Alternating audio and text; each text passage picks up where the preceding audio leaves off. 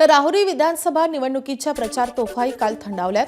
प्रचाराच्या शेवटच्या दिवशी शरद पवारांच्या राष्ट्रवादीचे उमेदवार गोविंद मोकाटे यांची राहुरी शहरात सांगता सभा झाली आहे। या सभेला राष्ट्रवादीचे अध्यक्ष शरद पवार येणार होते, मात्र त्यांची तब्येत बिघडल्याने ते सभेला येऊ शकले नाहीत। तर राष्ट्रवादीच्या खासदार सुप्रिया सुळे देखील बारामतीत सुनेत्रा पवार यांच्या सभेसाठी उपस्थित असल्याने त्या देखील या सभेला येऊ शकल्या नाहीत, असं मोकाटे यांनी सांगितलं।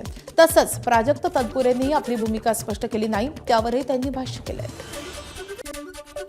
अचानक परवा दिवशी पवारसाहेबांची तब्येत डॉक्टरने सांगितलं तुम्हाला 2-4 दिवस कुठे जाता येणार नाही आणि म्हणून पवारसाहेबांनी सांगितलं सुप्रियाताई सभेला येणार आहे। साहेबांना मला वाटतं सकाळी ॲडमिट केलेल्या बातम्या आल्या, मी तर काही बातमी पाहिली नाही, पण मला असं कळलं की त्यांना ॲडमिट केलं आणि पवारसाहेबांची एकदम विश्वासू म्हणून घरचा माणूस म्हणून ताईंना सुद्धा तिथं थांबायला लागलं म्हणून खऱ्या अर्थाने आज काही येऊ शकले नाही। राहुरीच्या जनतेच्या शब्दाला मी बांधील पहिल्यापासून राहिलो आणि पुढे राहणार आहे असा एक संदेश खऱ्या अर्थाने त्या जनतेला तुम्ही द्या म्हणून खासदार साहेबांचा संदेश इथं वाचून दाखवा।